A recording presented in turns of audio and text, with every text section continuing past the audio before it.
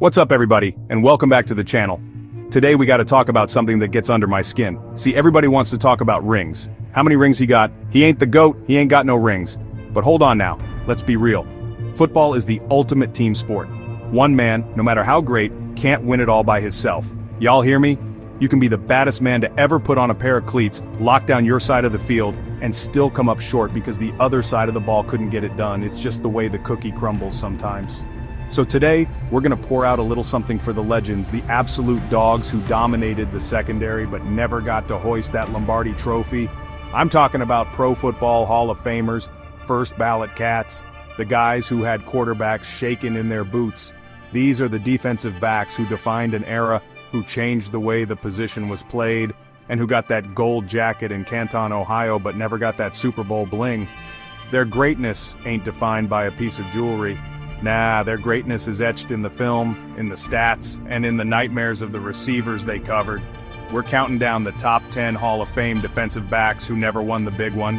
Now this list ain't about disrespect, it's the opposite. This is about giving these men their flowers, recognizing that their careers were legendary with or without that championship hardware.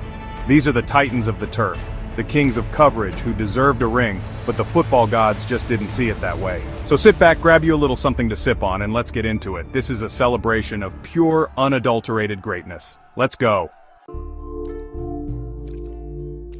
Alright, let's kick this thing off with a man who was so good for so long, you almost forget he was a player first. I'm talking about the one and only Dick LeBeau. Now, most of y'all youngsters know him as the brilliant defensive coordinator, the mastermind behind that Blitzburg defense with the Steelers, getting Troy Polamalu flying all over the field. He got his rings as a coach, and Lord knows he earned them, but we ain't talking about his coaching career today, nah, we're going way back. We gotta talk about Dick LeBeau, the player, the cornerback for the Detroit Lions. This man was a straight-up ball hawk back in the day. From 59 to 72, all with the Lions, he was a problem. Now think about this. He played 171 consecutive games at cornerback. You hear me? 171. In today's NFL, guys can't play 17 straight games without needing a day off. This man was the definition of durable, the definition of reliable. You could count on him to be out there, ready to battle, every single Sunday. And he wasn't just out there, he was producing. LeBeau finished his career with 62 interceptions, that's seventh all-time seventh, and he did it with a quiet professionalism. He wasn't the loudest dude on the field, he just went out and did his job at an elite level for over a decade. 3 Pro Bowls, All-Pro selections, the resume speaks for itself. He was one of the smartest, most instinctive corners of his generation. He understood route concepts before the quarterback even finished his dropback, but here's the kicker. He played his entire 14-year career with the Detroit Lions. Now I ain't trying to throw no shade on the Lions organization, but let's be real. They weren't exactly stacking up championships during his tenure. He only played in 1 playoff game his entire career. 1! Can you imagine that? A Hall of Famer of his caliber, a guy with 62 picks, only gets 1 taste of the postseason as a player.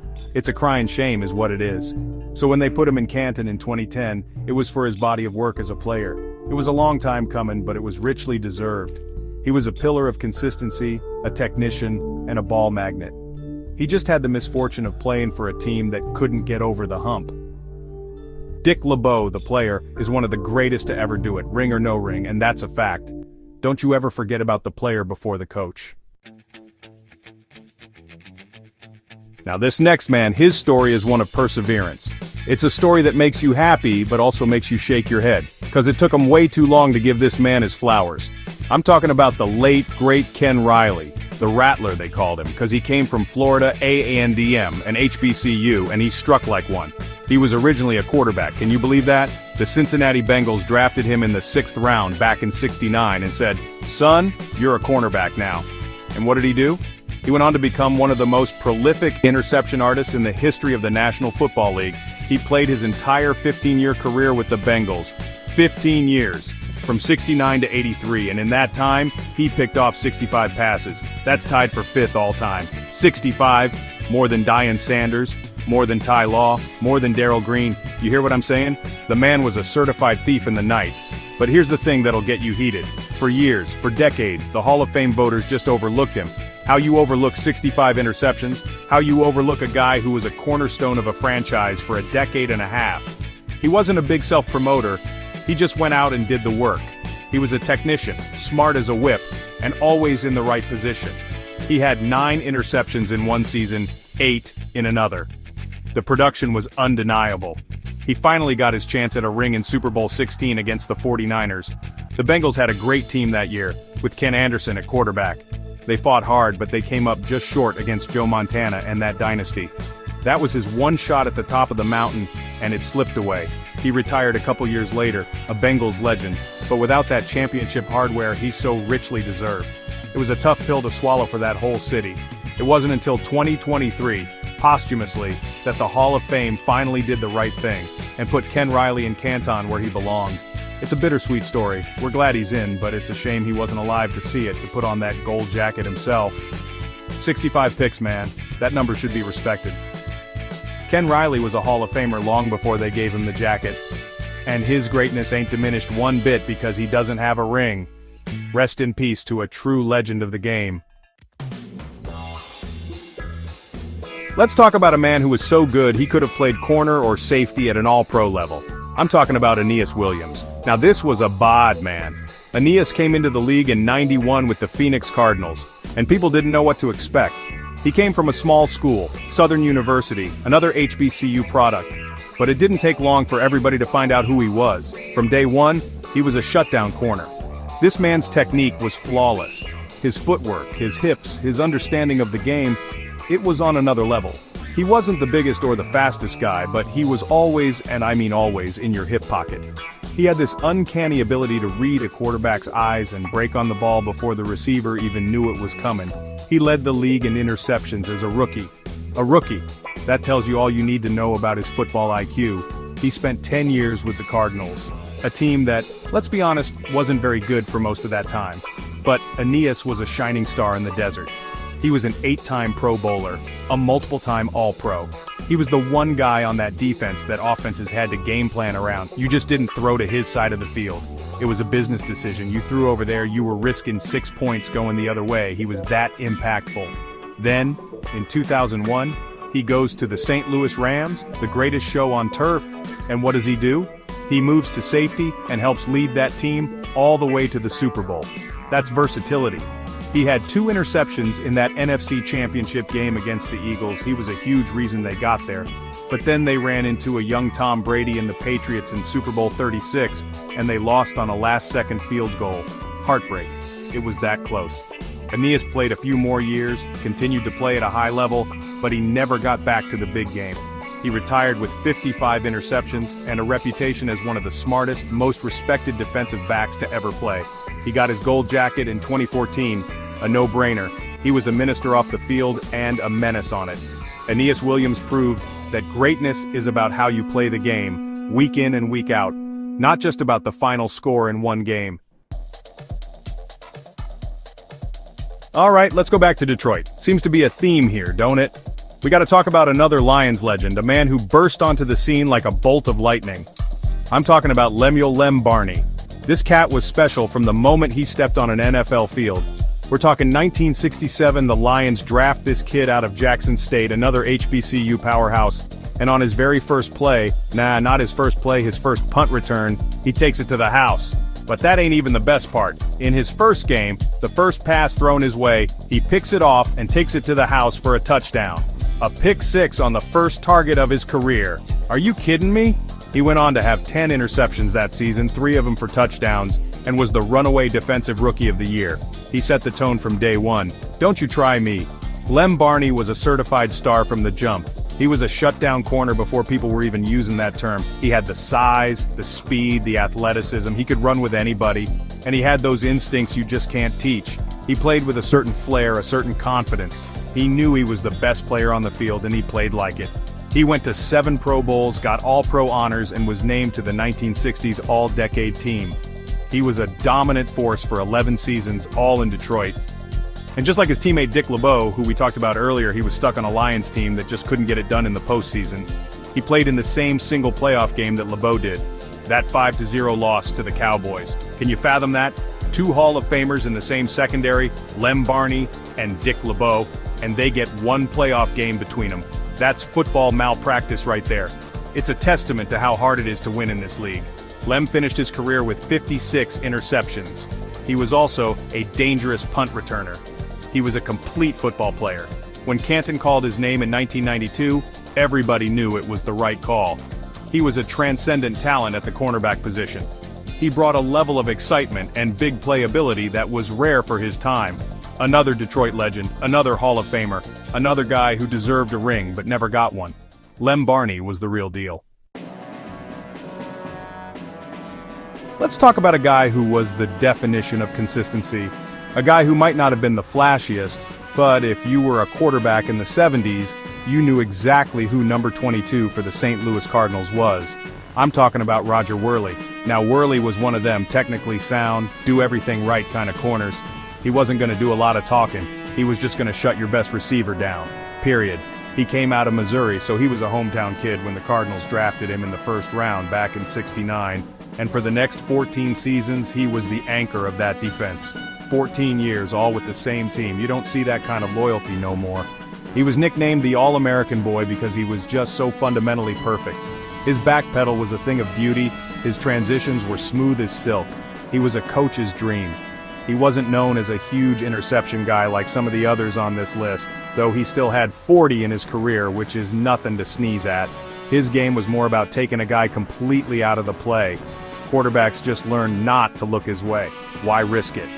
He was going to be so tight in coverage, the window was going to be microscopic. He was also a tremendous tackler. He wasn't afraid to come up and lay the wood in the run game. He was a complete corner. The Cardinals had some good teams in the mid-70s under Don Coryell. They won the division a couple of times with guys like Jim Hart and Mel Gray. They had some talent, but they could never get over the hump in the playoffs. They lost to the Vikings, they lost to the Rams. They just couldn't break through that NFC ceiling. So, Worley, a 7-time Pro Bowler and a member of the 1970s All-Decade team, never even got to play in a conference championship game. It took a while, but the Hall of Fame voters finally got it right and put him in Canton in 2007. It was a victory for all the guys who played the game the right way, who perfected their craft day in and day out. Roger Worley was a master technician. He might not have had the highlight reel of a Deion Sanders, but his game film was a textbook on how to play the cornerback position. A true pros pro who deserved a shot at the title. Now we gotta go way back in the time machine for this next one. Before the Steel Curtain dynasty of the 70s, before Mel Blount and the boys were knocking heads off, there was another dominant defensive player in Pittsburgh. A guy who set the standard. I'm talking about Jack Butler. This man played for the Steelers from 1951 to 1959, back when the helmets were leather and the men were made of steel. Butler was the definition of a diamond in the rough. He was an undrafted kid out of St. Bonaventure. The Steelers signed him as a receiver, but they quickly saw he had a nose for the football on the other side. They moved him to defensive back, and the rest, as they say, is history. This man was a natural. He had an unbelievable instinct for where the ball was going. He wasn't just playing his man, he was playing the quarterback. In just 9 seasons, Jack Butler snatched 52 interceptions. 52 in a 9-year career. That's an average of almost 6 picks a year. That is an insane rate of production. He had 4 seasons with 9 or more interceptions. In 1957, he co-led the NFL with 10 picks. He was a turnover machine. He was named first-team All-Pro 3 straight years from 57 to 59 and made 4 Pro Bowls. He was, without a doubt, the most dominant defensive back of his era. But he was playing for the Pittsburgh Steelers of the 1950s. This was long before they became the powerhouse we know today. In his entire 9-year career, the Steelers never had a winning season. Not one. Can you imagine that? Being the best player at your position in the entire league, putting up historic numbers, and never even sniffing the playoffs.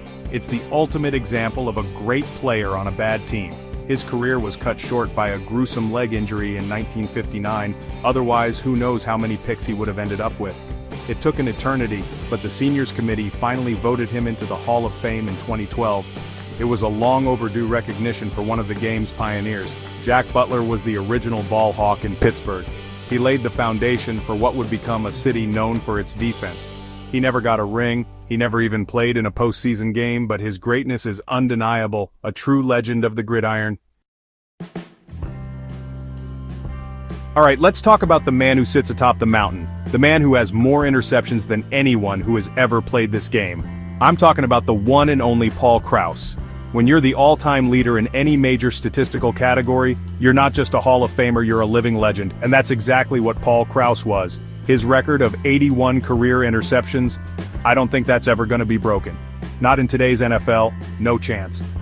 Krauss started his career in Washington in 1964, and get this, he led the NFL with 12 interceptions as a rookie. 12. He came into the league ready to take the ball away, but after 4 productive seasons, Washington, for some reason only they know, decided to trade him to the Minnesota Vikings. And that's where he became a legend. He became the backbone of that famous Purple People Eaters defense. While the front 4 of Alan Page, Carl Eller, Jim Marshall, and Gary Larson were terrorizing quarterbacks, Krauss was the hawk on the back end, cleaning everything up. He was the center fielder. He had an incredible range and an uncanny ability to read the play and get a jump on the ball. He was the last line of a defense that was one of the most feared in NFL history. He was an 8-time Pro Bowler and was named All-Pro multiple times. He was the definition of an elite safety. Now here's the part that hurts. Those Vikings teams were great, they were dominant. They went to 4 Super Bowls with Krauss on the roster, 4, Super Bowl 4 against the Chiefs, Super Bowl 8 against the Dolphins, Super Bowl 9 against the Steelers, and Super Bowl 11 against the Raiders. And they lost every single one of them. Can you imagine the heartbreak? To get to the pinnacle of the sport 4 times and come away empty-handed each time? It's brutal. Krauss played 16 seasons in the league and retired with that unbreakable record of 81 picks. He got his gold jacket in 1998, a no-doubt first-ballot selection. He is the interception king. No one can ever take that away from him. But man, you just wish the football gods would have let him and those great Vikings teams get just one. Paul Krauss's career is the ultimate proof that you can be the GOAT at what you do and still not get a ring. Now we're going to talk about a guy who played the game with a passion and an intensity that was on another level. He wasn't just a safety, he was a force of nature. I'm talking about Brian Dawkins, Weapon X, Doc.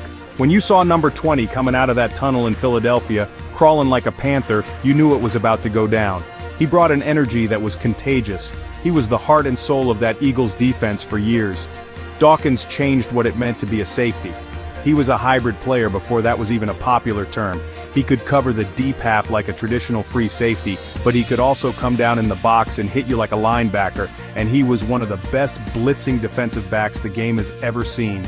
Andy Reid would send him from all angles, and he would create absolute chaos in the backfield. He was a true weapon, hence the nickname. He finished his career as the only player in NFL history with at least 25 interceptions, 25 sacks, and 25 forced fumbles. Think about that for a second.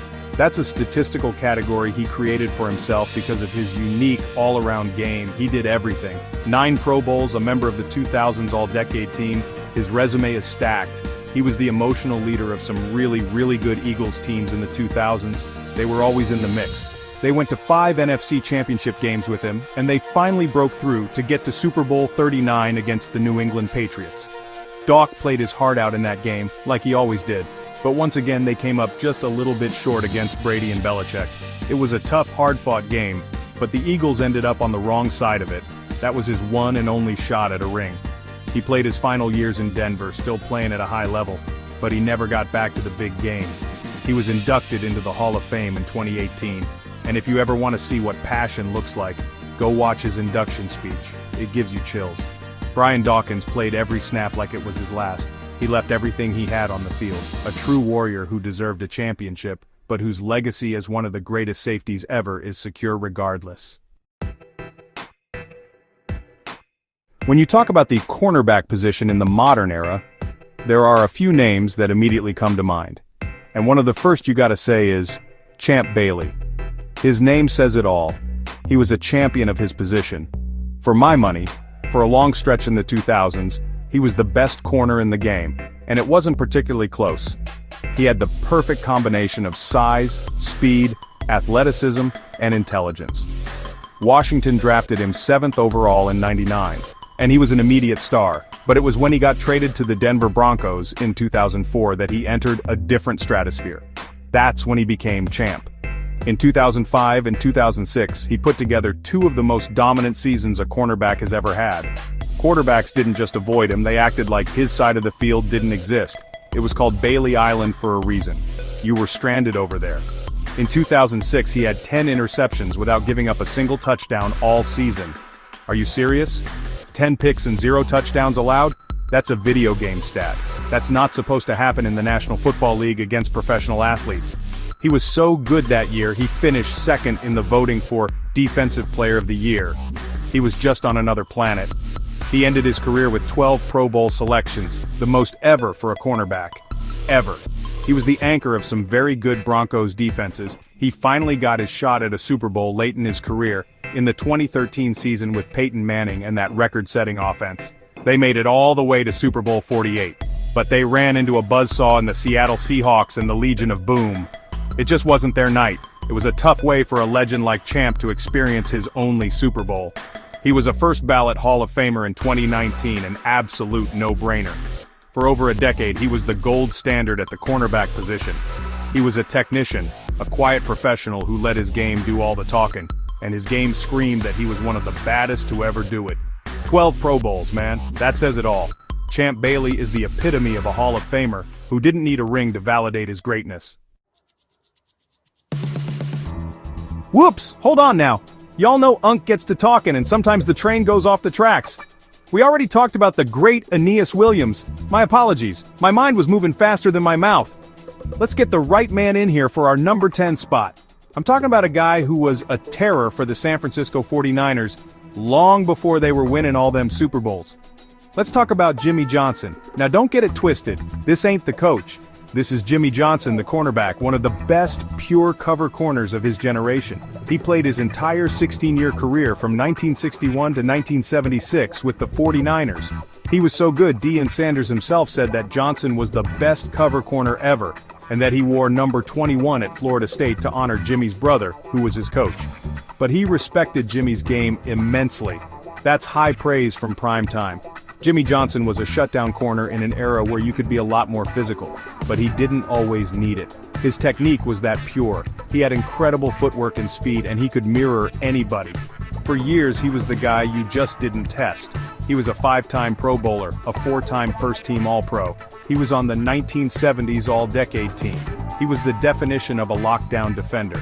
The 49ers of the early 70s were a good team. They had John Brodie at quarterback, Gene Washington at receiver.